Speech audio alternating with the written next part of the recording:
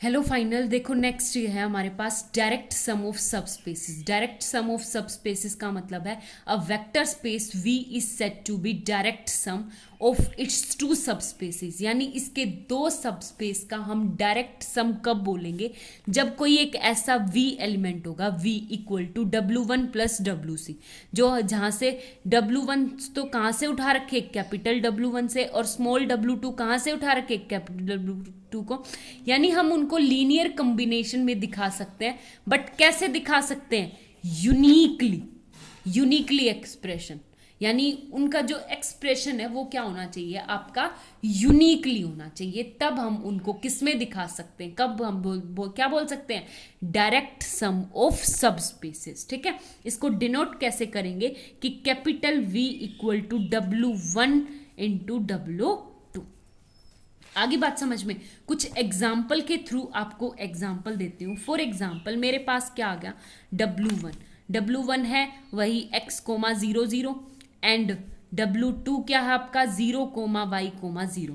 और एक बात बताऊं, मैं यहाँ पे दिखाऊं W1 यानी कोई एक ऐसा एलिमेंट उठा के बताऊं कि जैसे मेरा क्या है 2 5 कोमा 0, ये मुझे जनरेट करना है। ठीक है, अगर ये मुझे जनरेट करना है तो इसको कैसे दिखा सकती हूँ? यानी मैं एक, ये है मेरा V यानी V को मुझे जनरेट करना है तो मैं सिर्फ एक ही तरीके से जनरेट कर सकती हूँ कि X को तो क्या लेना पड़ेगा मुझे? T 2। ठीक है, और Y को क्या लेना पड़ेगा? 5। सिर्फ यही नोटेशन आपकी 2 कोमा 0 एंड प्लस, यानी W1 प्लस W2 यानी 0 कोमा 5 0। ठीक है, तो तभी मैं इसको शो कर सकती हूँ। तो ये क्या आ गया? यानी इसको मैं यूनिकली एक्सप्रेस कर सकती हूँ, यूनिकली एक्सप्रेस कर दी। ठीक है, लेकिन यहीं पे मैं एक एलिमेंट उठाऊं, फॉर एग्जाम्पल W1 में, यानी कुछ ऐसा हो गया x y कोमा 0 एंड दूसरा W2 हो गया मेरा 0 कोमा, ये y1 है, ये y1 है तो ये y2 ले लो कोमा 0।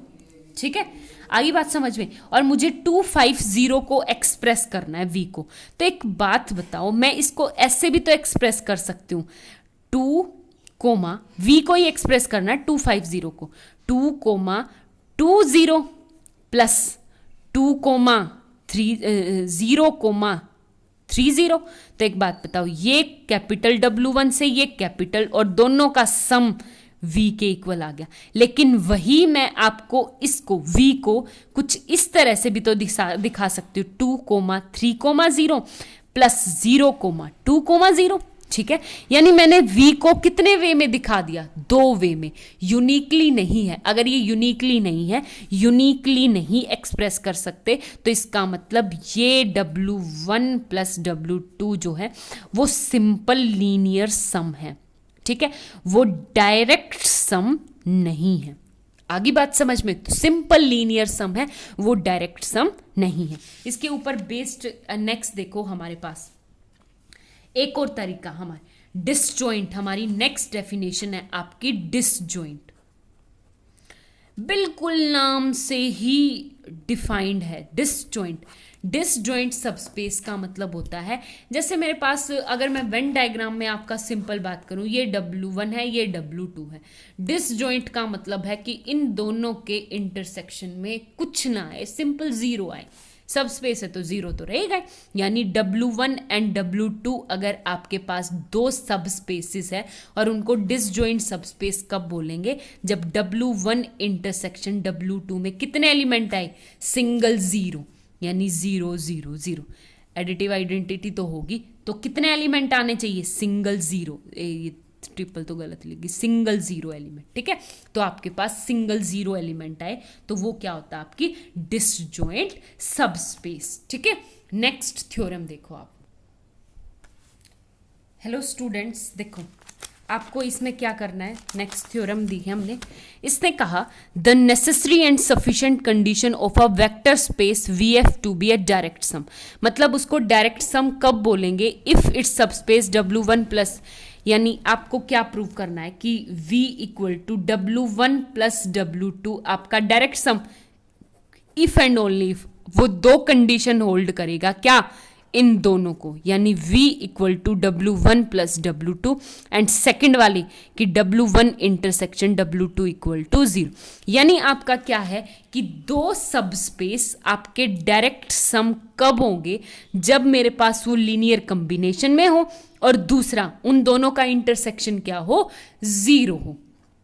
ठीक है, ये है मेरे पास। तो सबसे पहले फर्स्ट मैं लेके चलूंगी let v equal to W1 W2, यानी क्या है, ये डायरेक्ट सम है। ठीक है, अगर ये डायरेक्ट सम है तो बाय डायरेक्ट सम की डेफिनेशन, तो बाय डेफिनेशन मेरे पास क्या आएगा कि v इक्वल टू क्या है, small w1 plus small w2 के लीनियर कॉम्बिनेशन में मैं लिख सकती हूं। ठीक है, एंड यूनिकली रिप्रेजेंट कर सकती हूँ। ठीक है, कैसे यूनिकली रिप्रेजेंट कर सकती हूँ, बाय डेफिनेशन आप देख सकते हो। ठीक है, बाय डेफिनेशन है कि अगर डायरेक्ट सम है तो v को कैसे W1 प्लस W2 के लीनियर सम में, और कैन यूनिकली एक्सप्रेस। ठीक है, तो ये चीज़ मुझे गिवन है। अब प्रूफ क्या करना है, प्रूफ ये पार्ट तो आपका ऑटोमेटिकली हो गया बाय डेफिनेशन। मुझे प्रूफ करना है, टू प्रूफ, क्या प्रूव करना है कि W1 इंटरसेक्शन W2 में सिर्फ सिंगल 0 है, यानी उसको डिसजॉइंट सबस्पेस प्रूफ करना है। अगर डिसजॉइंट सबस्पेस प्रूफ करना है तो मैं इसको कंट्राडिक्शन से प्रूव करूंगी। थ्योरम को करने का सबसे बेहतरीन जो तरीका है ना, वो कंट्राडिक्शन से प्रूव करो। तो मैं मान के चलूं कि इसमें सिर्फ 0 एलिमेंट नहीं है। लेट इफ पॉसिबल क्या पॉसिबल है कि मैं कोई एक एलिमेंट उठा लूं यहां से v, तो 0 is not equal to v, और वो कहाँ है, W1 इंटरसेक्शन W2 में है। ठीक है, तो अगर वो W1 यानी वो v कहाँ है, W1 में भी होगा एंड W2 में भी होगा। ठीक है, अगर इंटरसेक्शन में है तो वहीं पे मैं v को कुछ इस तरह से रिप्रेजेंट कर दिया कि v प्लस 0, v प्लस यानी v तो W1 में एंड 0 कहाँ से, W2 में। ठीक है, तो देखो v belongs to W1 and 0 belongs to W2। मैंने इस तरह एक्सप्रेस कर दिया v को। ठीक है, आई बात समझ में। सेम सेकंड साइड जब ये V2 में था तो v को मैंने रिप्रेजेंट कर दिया 0 प्लस v में, और यहाँ पे क्या है, 0 कहाँ से है, W1 से, और 0 कहाँ से है, W2 में। अब एक बात बताऊं, v को एक्सप्रेस करने के दो तरीके आगे। अब ये मत बोलना मैडम 0 आगे लिख दिया, यहाँ पे 0 पीछे, नहीं। यहाँ पे जो v है वो आपका W1 का एलिमेंट है और 0 W2 का है।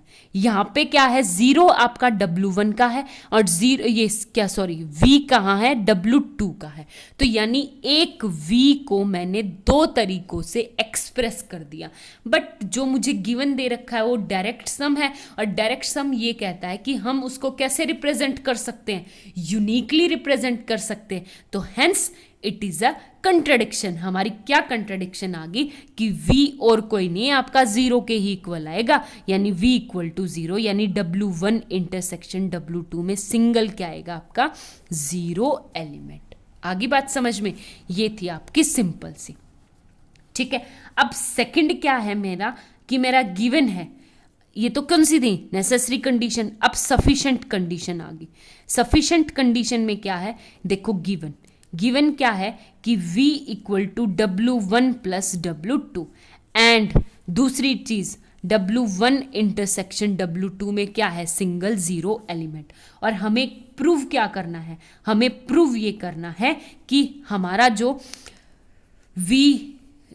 टू प्रूव कि v equal to W1 direct sum W2, यानी कि क्या है कि इसके जो हर एक एलिमेंट को मैं कैसे रिप्रेजेंट कर सकती हूँ, मैं इसको यूनिकली रिप्रेजेंट कर सकती हूँ। ठीक है, यूनिकली मुझे ये प्रूव करना है कि इसमें से मैं कोई भी एलिमेंट उठाऊं। फॉर एग्जाम्पल मैंने v से उठाया, कैपिटल V से स्मॉल v उठाया। ठीक है, और मुझे ये प्रूव करना है कि v को रिप्रेजेंट यानी लीनियर सम में लिखने का सिर्फ एक यूनिकली रिप्रेजेंट हो सकती है, एक से ज़्यादा नहीं हो सकती। ठीक है, तो मैं वही कंट्राडिक्शन से क्या मान के चलूं कि ये यूनिकली रिप्रेजेंट हम नहीं कर सकते, तो वही इफ पॉसिबल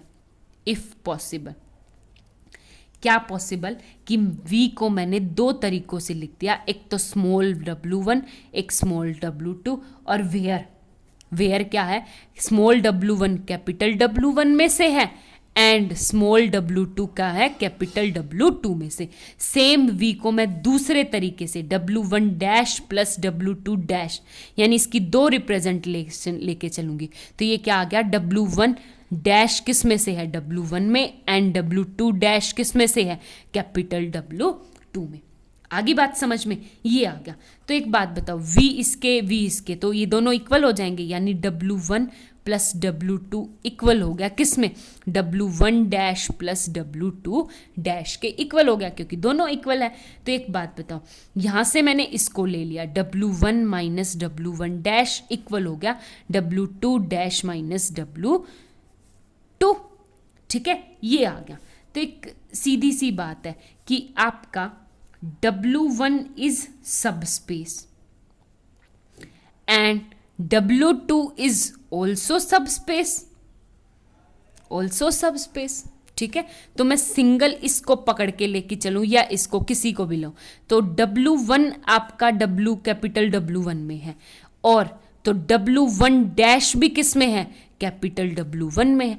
W1 आपका सब स्पेस है, तो इसका एडिटिव इनवर्स भी कहाँ जाएगा, तो माइनस W1 डैश भी कहाँ जाएगा, कैपिटल W1 में जाएगा, ठीक है।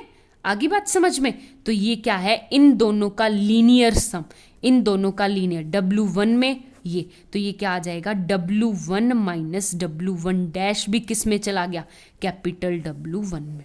एक तो ये बिल्कुल सिमिलरली आपका क्या चला जाएगा, ये वाला, कि आपका W2 कहाँ से है, W2 में, W2 डैश कहाँ से है, कैपिटल W2 में, और सिमिलरली अगर W2 आपका सब स्पेस है तो एडिटिव इनवर्स यानी W2 डैश भी कहाँ चला जाएगा, कैपिटल W में।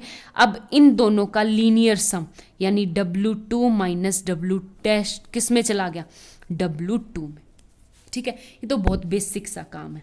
आगे बात समझ में, तो एक बात बताओ, अगर आप ध्यान से देखते हो, W1 minus W1 dash equal है किसके, इसके, यानी ये क्या आ गया, W1 minus W1 dash equal है W2 माइनस W2 डैश में। अगर ये इक्वल है तो दोनों किस में चले जाएंगे, W1 में, ठीक है, इक्वल है, कोई बात ही नहीं।